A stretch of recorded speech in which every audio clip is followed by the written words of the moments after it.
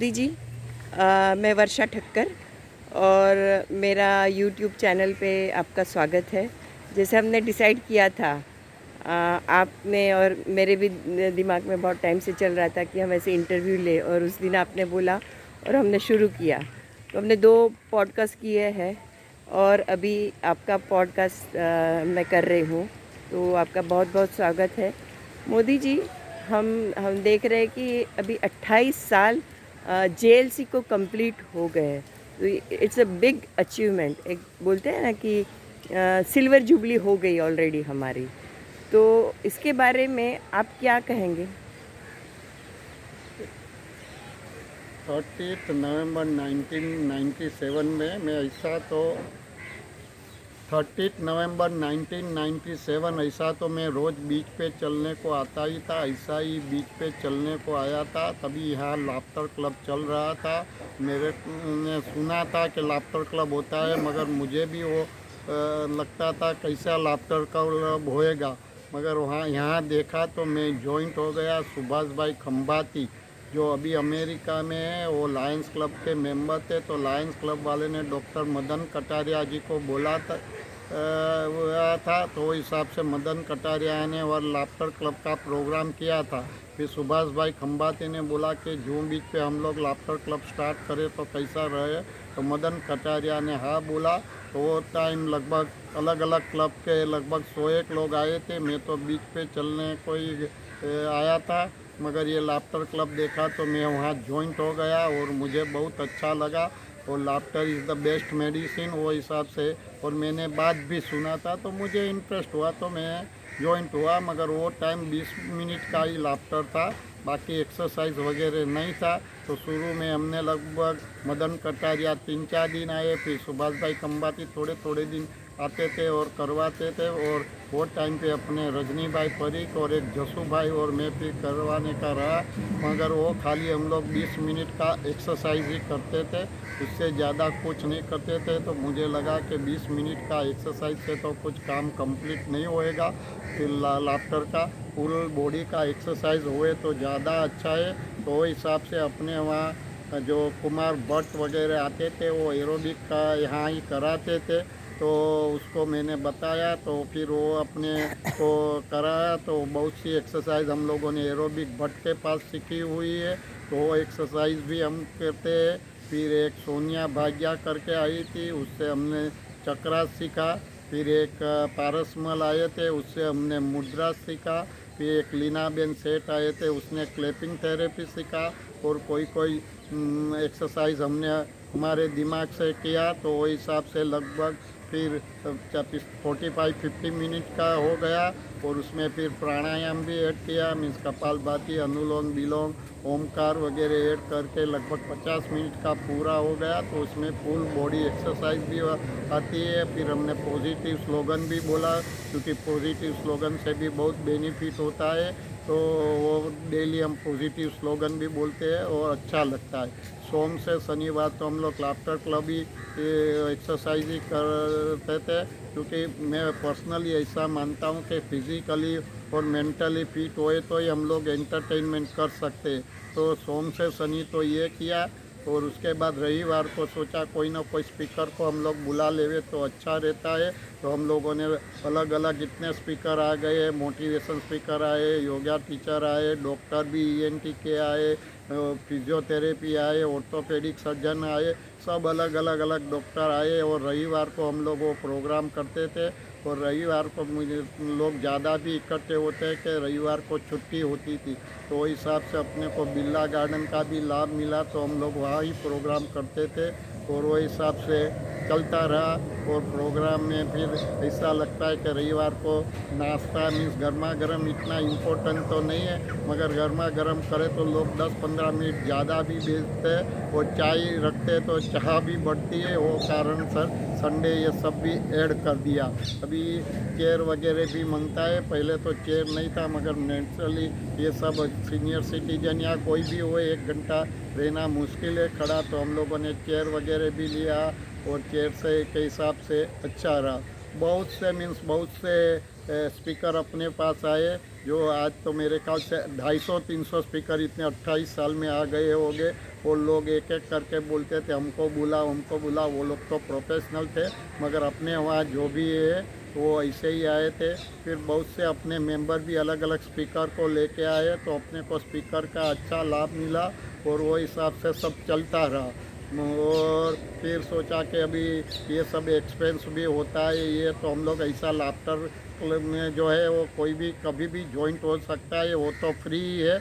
मगर जो ये एक्सपेंस होता है वो हिसाब से चेयर मेंटेनेंस का के गर्मा गर्म का ये हिसाब से हमने थोड़ा बहुत कलेक्शन किया, मगर वो कलेक्शन एकदम नॉमिनली था, मगर वो हिसाब से चलता रहता है, क्योंकि वो भी ज़रूरी है। कोई चीज़ फ्री नहीं मिलती है। आज भी हमने स्पीकर को एक भी पैसा कोई भी आया हो या दिया नहीं है, मगर ये जो एक्सपेंस होता है वो चेयर मेंटेनेंस और गर्मा गर्म का, और कभी कभी कोई गर्मा गर्म करा देवे तो बात अलग है। मगर रविवार को तो हम लोग या कोई भी हॉलीडेज़ वगैरह में जो फंक्शन रखता है या कोई भी ऐसा इवेंट बना तो हम सेलिब्रेट करते थे।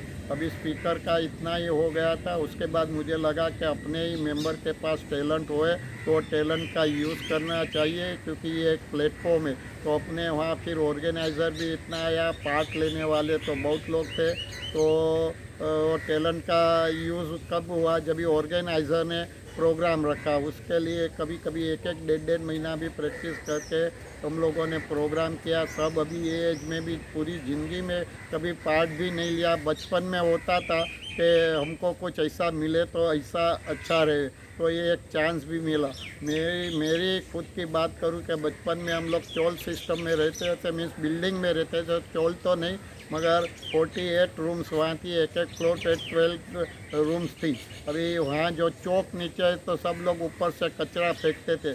तभी मेरे दिमाग में आया था कि कुछ ना कुछ ऐसा करना चाहिए कि लोग ये न करें। तो हिसाब से हमने वो टाइम बाल सेना करके किया था, और वो चौक में हम लोगों ने सबको जो कचरा फेंकते थे वो कुछ लोगों को समझा के बंद किया। फिर मैं बोला चौक का कुछ यूज़ भी करना चाहिए, तो हिसाब से हमने मैगज़ीन और पेपर मंगाना शुरू किया। वो पेपर और मैगज़ीन लोग पढ़ते थे। आज भी मुझे लगता है ये पढ़ना सबसे इम्पोर्टेंट है।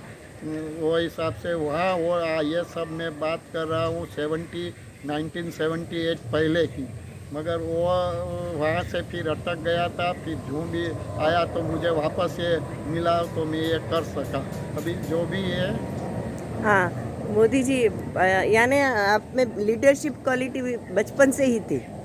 हाँ, ये ऐसा तो आप हम बोल सकते हो। हाँ, लीडरशिप क्वालिटी थी कि नहीं, मगर हाँ, ऐसा तो आप वही बोल बोलेंगे सकते ना हो। कि बचपन से आप में वो क्वालिटी थी कि हमको कुछ आगे बढ़ के करना है। जो किसी ने नहीं सोचा वो आपने सोचा, तो वो बचपन से थी। और यहाँ आप एज अ पार्टिसिपेंट आते थे, और बाद में देखा कि आप खुद लीड कर रहे हैं। तो ये आपने मीन्स वो कैसे हुआ? नहीं, उसमें ऐसा था कि मदन कटारिया तो 8 एक दिन करा के अटक गए, रजनी भाई परीख भी थोड़ा दिन करा के अटक गए, जसू भाई भी अटक गए। मगर मुझे इंटरेस्ट था और मुझे लगा कि एक प्लेटफॉर्म होना चाहिए कि जहाँ सीनियर सिटीजन, क्योंकि बहुत से लोग सिंगल है, डिवोर्सी है, वीडो है, और घर में भी अगर लीडर हो और घर में भी अगर बच्चे होते हैं तो एक या दो होते हैं, वो भी साथ में नहीं रहते, या तो एब्रोड रहते हैं या किधर न किधर उसको जाने का रहता है। तो वो लोगों को अपने हिसाब से वो लोगों के पास भी टाइम का प्रॉब्लम रहता है। और कोई भी रिलेटिव्स के बाद साथ में घूमने फिरने को जाओ तो संभाल के बात करना पड़ता है। तो यहाँ वो एक फ़र्क पड़ता है। और मुझे लगा कि बहुत से मेंबर के पास टैलेंट है तो उसका यूज़ होना चाहिए। ऑर्गेनाइज इसके लिए प्रोग्राम होते रहे, पार्टिसिपेंट पार्ट लेते रहे। मुझे भी बहुत टाइम अलग अलग लोगों ने पार्ट लेने को बोला, मगर मेरे लिए पहले से ही ऐसा था कि मैं पार्ट नहीं लूँगा। फिज़िकली और मेडिकली फिट रहे, वो हिसाब से आज तक तो मैंने पार्ट नहीं लिया। कभी किसी ने बोला होगा तो 2-4 मिनट का रोल वो भी विदाउट प्रैक्टिस किया हुआ है। और शुरू से ही सब लोगों का सपोर्ट मिला। अभी ये अलग अलग लोगों का सपोर्ट मिला तभी तो ये लाफ्टर क्लब चल सकता है, नहीं तो पॉसिबल ही नहीं है। कोई किसी के पास टेक्नोलॉजी का नॉलेज था, किसी ऑर्गेनाइज़र के पास ड्रामा का नॉलेज था, किसी के पास कैरियो का नॉलेज था, किसी के पास हाउसिंग का नॉलेज था। तो वो सब मेरे को मिले ऊपर वाले की मेहरबानी के कारण, तो हिसाब से हम कर सके। और कोरोना के टाइम ज़्यादा करके दुनिया हैरान हो रही थी, मगर हम लोगों ने तो कोरोना में अच्छा एंजॉय किया। जो जूम क्या है वो भी मालूम नहीं था, मगर जूम पे भी शुरू में हमने सुबह में एक्सरसाइज की, शाम को भी प्रोग्राम किया। जो बीच में भी नहीं करते थे वैसा प्रोग्राम हमने शाम को किया, मगर वो हिसाब से सब जुड़ते रहे। और 28 साल कहाँ हो गया वो भी मालूम नहीं हुआ। 30 नवंबर 2025 को भी संडे था और 30 नवंबर 1997 को भी संडे था।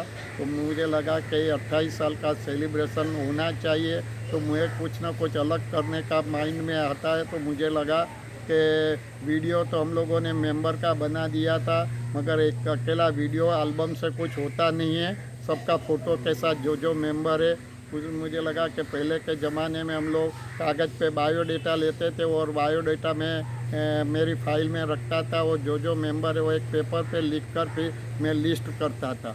उसके बाद सुवेनियर का आया तो मैंने सुवेनियर का किया कि भाई सुवेनियर करके रखे तो अच्छा है। ऐसा एक सुवेनियर भी बनाया था, उसमें पूरा लिस्ट वगैरह था, तो वो भी सुवेनियर होगा। फिर बाद में मुझे लगा कि यूट्यूब का अपने को ये बेनिफिट्स मिलता है और अपने मेंबर जो है ये यूट्यूब पे करने को भी इंटरेस्ट है। तो मुझे लगा कि इंटरव्यू हर एक मेंबर का आवे तो अच्छा है, क्योंकि क्या है कि कौन क्या काम करता है वो भी अपने को मालूम नहीं रहता, कौन कभी काम में आ जाता है। अभी डॉक्टर साहब भी अपने वहाँ मेंबर है, सीए भी मेंबर है, बड़े बड़े स्टोर्स वाले भी जो मेंबर है। तो अपने को ज़रूरत पड़ती है तो हम उसको कांटेक्ट कर सकें। तो हिसाब से मुझे लगा कि आप 3-4 मिनट का ही वीडियो बनाओ, ज़्यादा भी बनाओ तो अच्छा है, मगर आपका खुद का इंट्रोडक्शन दो। और जेएलसी की एक्टिविटीज़ अगर बेनिफिट्स के बारे में कुछ बताने का तो बताओ, नहीं तो एटलीस्ट आपका इंट्रोडक्शन दो तो अच्छा रहता है। तो हिसाब से मैंने वो सोचा। फिर मुझे लगा अभी आजकल पॉडकास्ट का ज़माना है, तो मैंने बात किया जो यूट्यूबर से, तो वो भी रेडी हो गया कि यूट्यूब का करो तो अच्छा रहता है। तो उसमें तो जो क्योंकि अलग अलग फील्ड से लोग आते हैं, हर एक के पास से कुछ न कुछ सीखने का मिलता है। तो यूट्यूब का भी अभी पॉडकास्ट का भी हो गया, तो वो भी एक परमानेंट हो जाएगा।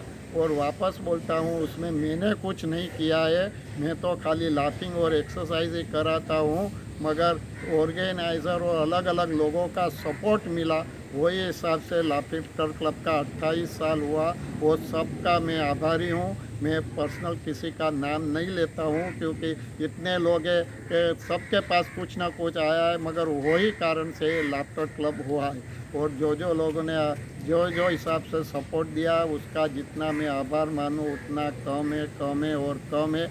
और ऊपर वाले से यही प्रार्थना करता हूँ कि आप लोगों ने जो सपोर्ट मिला है, क्योंकि कितना भी मेरी इच्छा लाफ्टर क्लब करने की हुए, मगर अगर मेंबर ही नहीं हुए तो पॉसिबल नहीं होता। वो सब आप आते हैं और एडवाइस देते हैं, अच्छा है रहता है। अभी मैं खाली अभी 2 मिनट का ही बताता हूँ आपको कि मुझे जनरली इतना कभी मैंने छुट्टी भी नहीं लिया। स्कूटर के एक्सीडेंट के कारण मेरे को प्लास्टर लगा, तो मेरा पूरा टाइम हकीकत में कोई ना कोई आते रहे घर पे, या तो फिर किसका फ़ोन आया, किसका व्हाट्सअप आया, तो टेक्नोलॉजी के हिसाब से पूरा टाइम पास हो गया। तो इन फ्यूचर अभी अपने भी इंटरव्यू दिया, ऐसा ऊपर वाले से तो प्रार्थना करते कोई किसी को भी ऐसा टाइम ना आवे, मगर वो पॉसिबल नहीं होता है।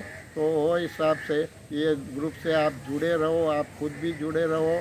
और आपको लगता है कि ये मेंबर को ग्रुप की ज़रूरत है तो आप मेंबर उसको भी बना दो, मैं बनाने को तैयार हूँ। बहुत से लोग बोलते हैं कि मेंबर ज़्यादा हो गया, मगर मैं ऐसा सोचता हूँ कि वो लोगों को ग्रुप की ज़रूरत रहती है तो अपने को उसको मेंबर बनाना चाहिए। और ग्रुप को भी बहुत से मेंबर लोगों की ज़रूरत होती है, तभी ग्रुप चलता है। तो वंस अगेन वही हिसाब से 28 साल चलता रहा। और वो 28 साल का सेलिब्रेशन तो हम 20 तारीख को शकुंतला बेन के टेरेस पे कर ही रहे हैं। और दूसरा एक सोचा है, नक्की नहीं है, मगर 2026 में एक संडे बीच पे करेंगे। मोदी जी, आपने शुरुआत बहुत छोटे पैमाने पे की और आज हम 200-250 लोगों का कारवा बोलते हैं जिसको, एक ग्रुप बोलते हैं, उर्दू शब्द है कारवा। तो कारवा अभी बढ़ रहा है। और मेरा खुद का ऐसा है कि आप में इच्छा शक्ति हो तो पूरी कायनात आपके साथ होती है। तो आपका जो कहना है कि कोई भी चीज़ अकेले नहीं होती है, पूरे ग्रुप से होती है, तो आपके पीछे पूरी कायनात है। हम JLC के सारे मेंबर आपके पीछे हैं और अब आप ऐसे ही आगे बढ़ते रहो। हम हमेशा आपके साथ हैं। आपके लिए जो रिस्पेक्ट है वो हमेशा बरकरार रहेगा सभी JLC मेंबर का। और आपका बहुत बहुत शुक्रिया, आप हमारे यूट्यूब चैनल पे आए और हम इसको आगे बढ़ाएंगे। Thank you so much. Thank you very much.